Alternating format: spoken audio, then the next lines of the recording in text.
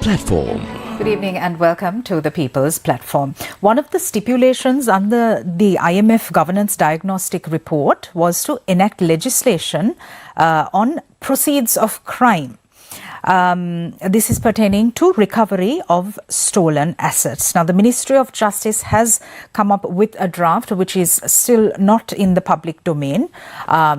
This discussion tonight will focus on the varying implications of the proposed legislation, what factors need to be taken into account when preparing such legislation, and of the importance of public consultation in this regard. Just to give you a brief, I'll read an excerpt from a TISL report on the topic. Recovery of stolen assets is a process that ensures that assets which are lost to a country as a result of crimes are seized, confiscated, returned to the country of origin and restored to their rightful owners. This is a complicated process that requires the coordinated efforts of law enforcement agencies of multiple countries identified as origin, transit and destination countries. The two main principles that form the basis of this process is that crime should not pay and that the benefit of these stolen assets must ultimately compensate and benefit the rightful owners of it, the direct victims and the secondary victims of the crime, that is, society from which the assets have been taken away. Sri Lanka currently lacks a comprehensive framework that governs the recovery of stolen assets. So let's get into the discussion. My guest tonight is Sulakshi Madawala, joining us for the first time on the show. She's a Senior Program Officer of the Political Section at TISL, Transparency International Sri Lanka. Good evening and welcome to the show, Sulakshi. Good evening, Sonali. Sulakshi, my first question to you is, how is corruption impacting Sri Lanka's governance and civic space today? First of all, Sonali, I'd like to start by saying Sri Lanka is a country with systemic corruption, which has brought the country to its knees and has led to governance and economic crisis. And if you ask why it has led to an economic crisis, because there has been abuse of public resources, and there has been public funds that have siphoned from outside the country, and because of this, it has created during the Aragale time, the people were demanding for a system change in the country, and then that means they are asking for good governance and an end to corruption.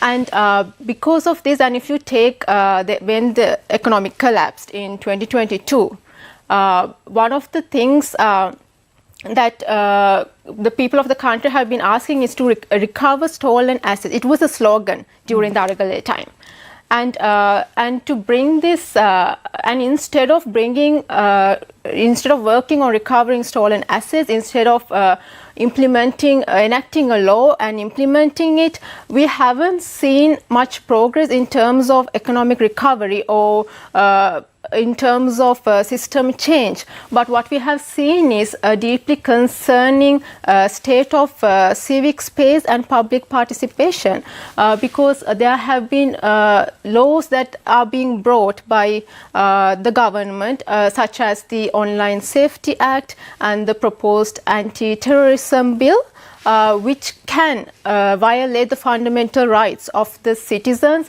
their democratic principles, and it might stifle dissent and suppress civic activism. So because of this, there should be the government should try to not bring anti-democratic laws, but to try to give opportunities for citizens to engage in policy processes, give them the freedom to express when they see something wrong, there's something wrong in the country, because otherwise people will lose the freedom to speak up and to take part in how their country is run, because if these laws are being brought, then if the basic idea of the principle of democracy is is violated, then the citizens won't have the freedom to participate. So that is the current status of civic space, which what we see in Sri Lanka right now. How significant is the public demand for recovery of stolen assets? Talk to us about the challenges that Sri Lanka faces. In my introduction, I said that the government is coming up with a mandated Proceeds of Crime Act. Yes, so when you say stolen asset recovery, it's a very time-consuming, complex process, right? If you look at international cases where they have successfully returned stolen assets to their countries, it has taken about a decade.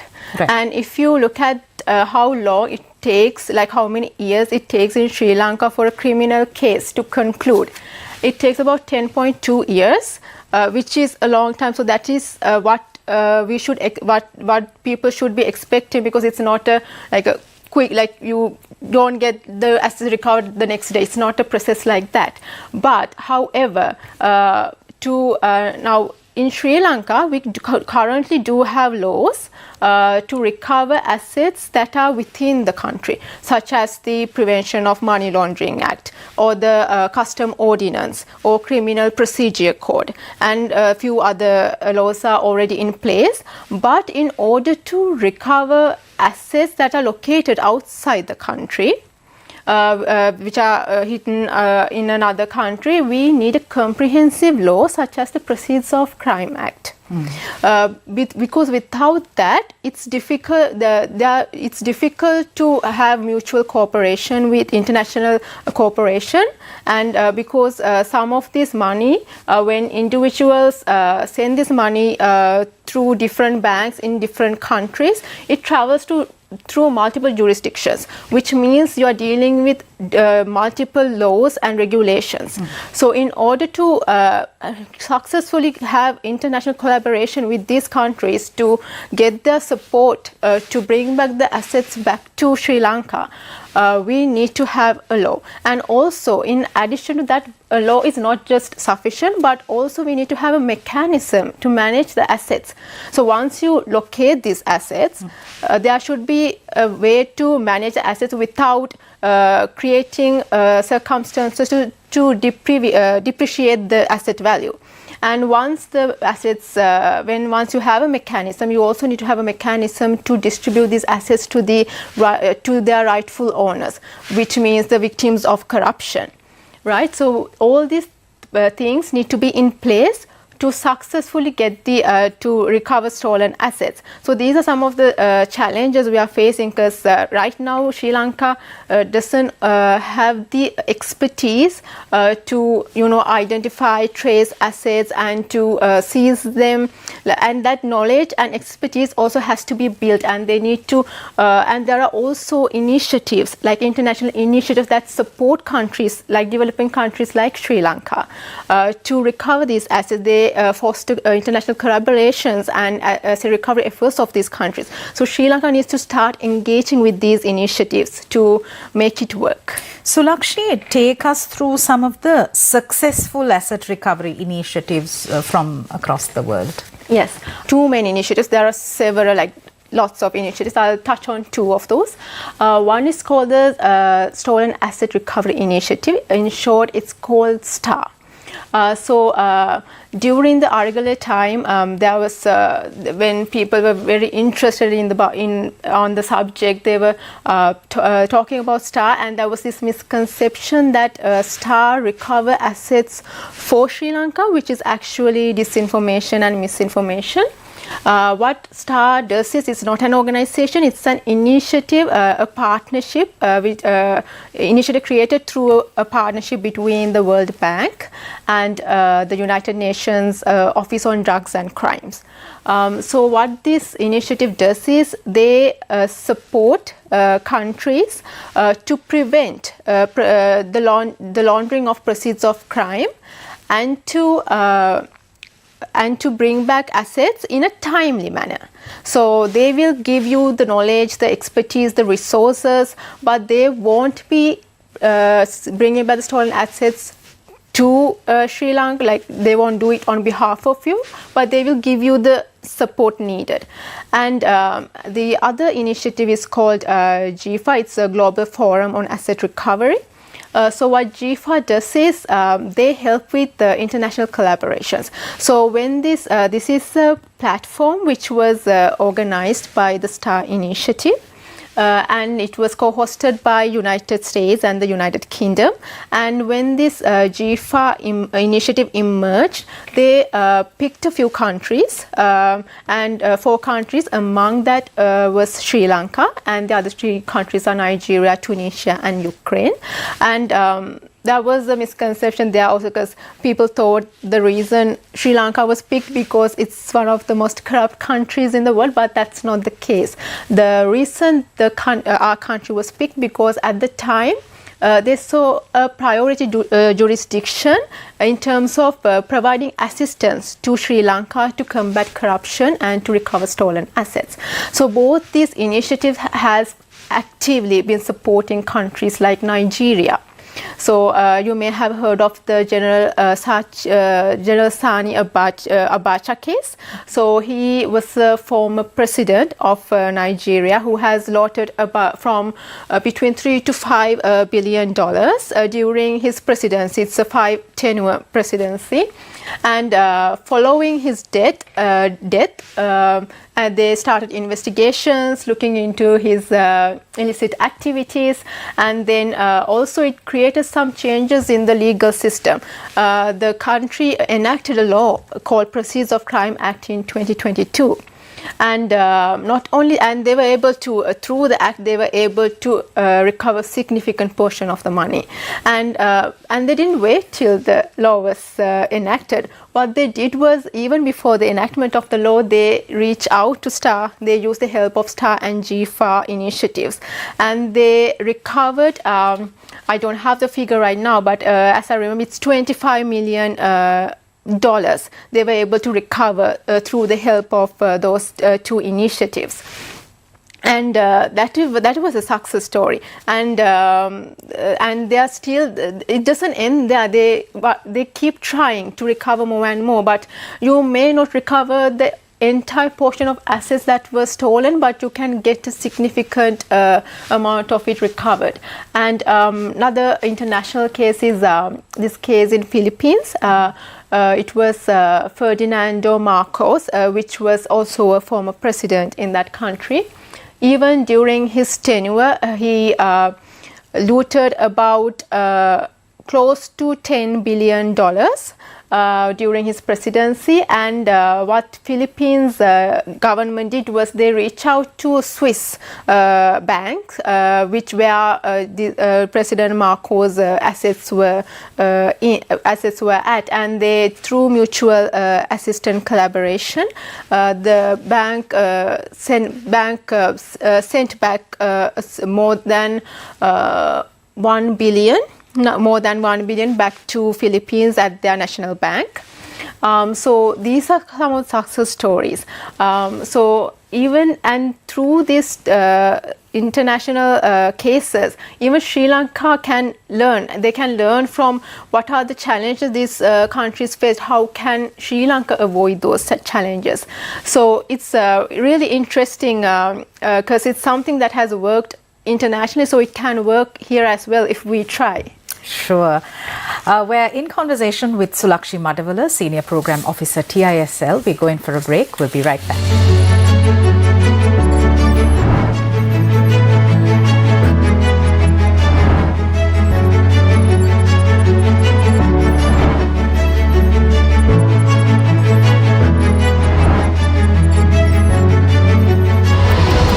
The People's Platform.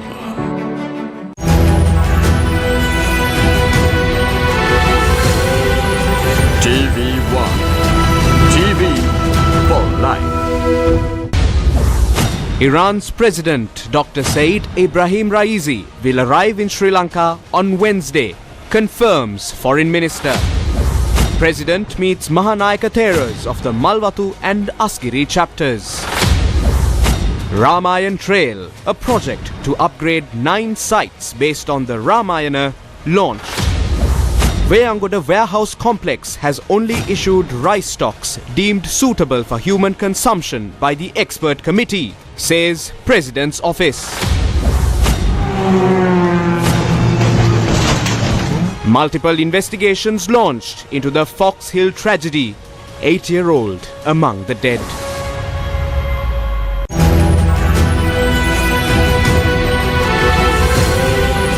TV1. TV for life.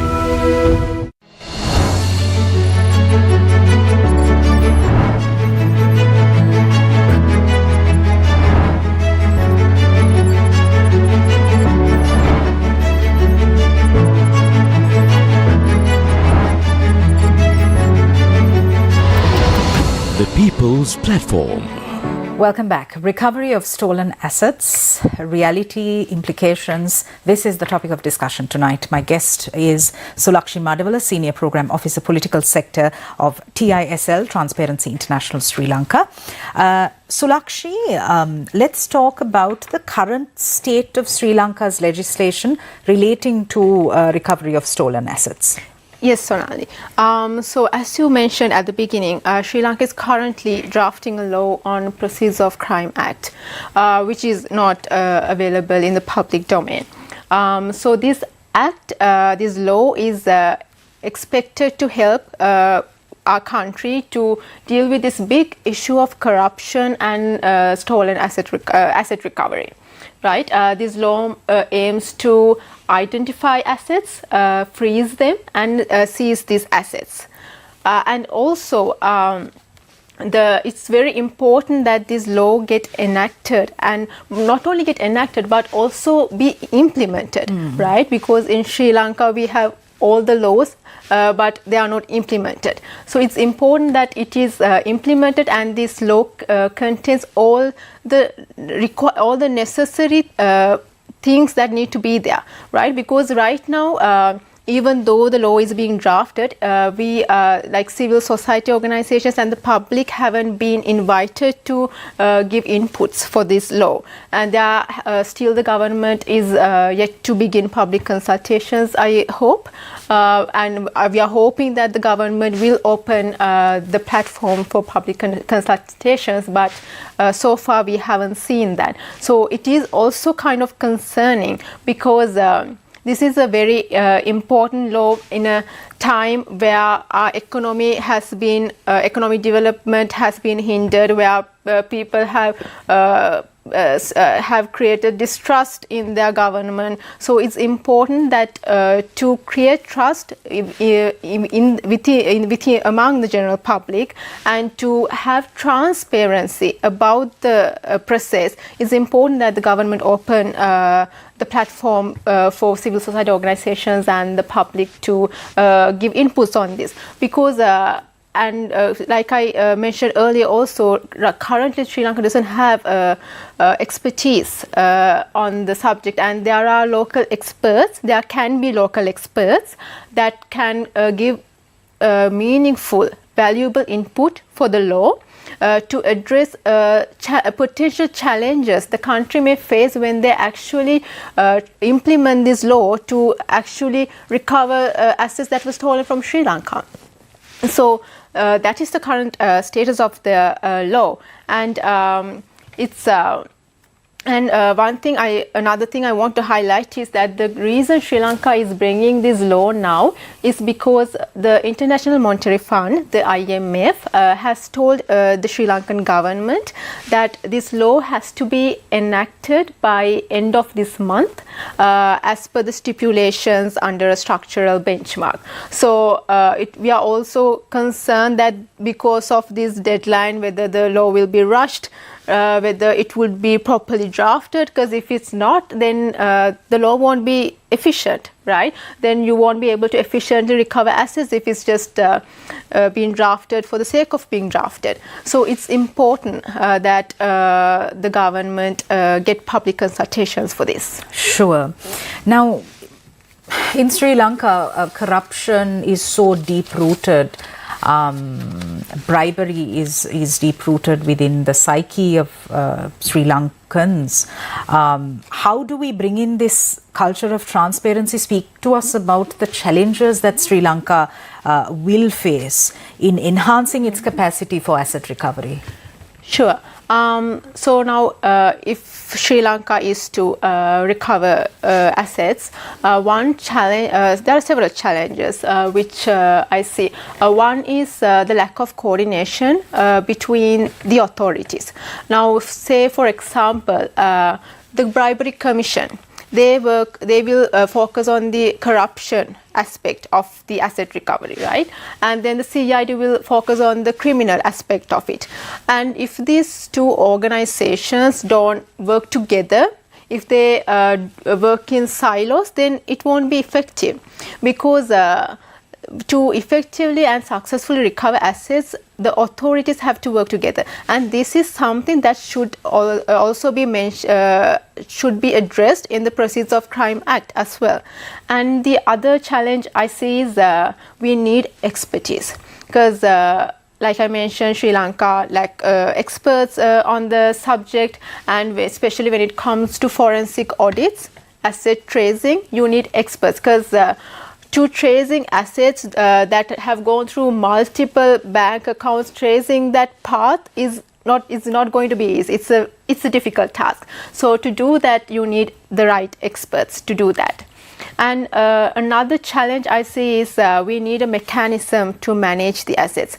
The Sri Lanka has to decide which government institution or which body will manage the assets, who will distribute the assets, because unless you decide that, you need to have this mechanism, because otherwise, and also it's important for you to make that process a transparent process, and you should allow even civil society organizations to monitor that, because then it will also create public trust, knowing that there's another party that is not in the government is monitoring the process, to ensure that there won't be more corruption within that.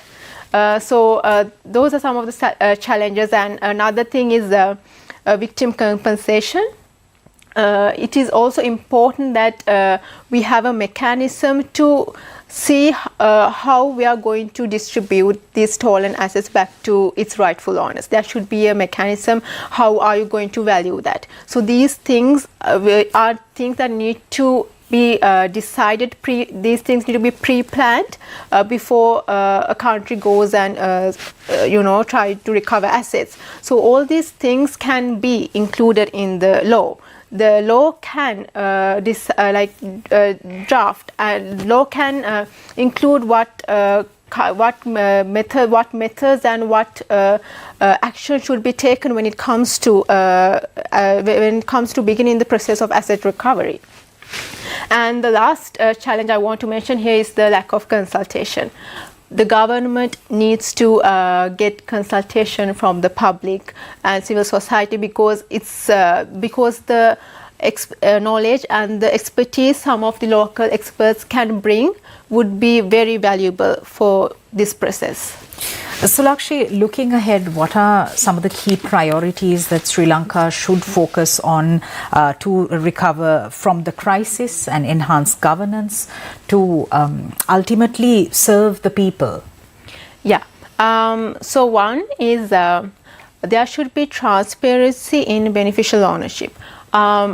Currently, if you take companies, like when you talk about asset recovery, not even politicians are involved in it, as instilling assets. Even big companies, even big magnates get involved in this crime. So it's important that there is an online system where public can access who are the beneficial owners of which companies.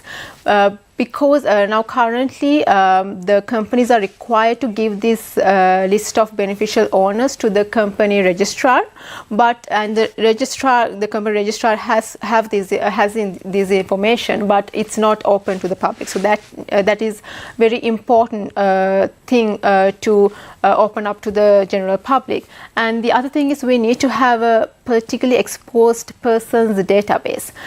This is because in Sri Lanka we currently do not have this database for financial institutions who are the ones who will have to deal with when their clients launder money through their banks. They are the ones who will have to coordinate with the law enforcement agencies. So it's before the crime happens, it's better to prevent it. So having a politically exposed persons database would help financial institutions to detect potential persons who may engage in money laundering. They can, and that would help them to see whether someone related to them have laundered money or have been engaged in corruption before. So this is a very important tool that should be available to the financial institutions. And the other thing is we need to have an asset declaration system. So in the past, it wasn't a requirement for the government to disclose asset declarations of politicians. But now under the Anti-Corruption Act, the Bribery Commission is required to disclose these asset declaration to the general public. And it's important that the Commission implements the the centralized electronic system to make these asset declarations public, so the people can see how transparent politicians are about their assets, and that would also help as a recovery cases for these government institutions, right? But not only that, these reforms alone aren't sufficient, right? Even the government institutions and law enforcement should proactively prosecute grand corruption cases in Sri Lanka. They shouldn't be waiting for another party or another organization to come and make a complaint. They should actively do that and prosecute these white-collar criminals, right? And because then only you can have a good governance system. Then only you can establish a transparent, accountable system which would help the country to get out of this crisis as well. All right. Fantastic. Thank you very much, Sulakshi Madawala, for joining in the conversation. Thank you for watching us. Good night.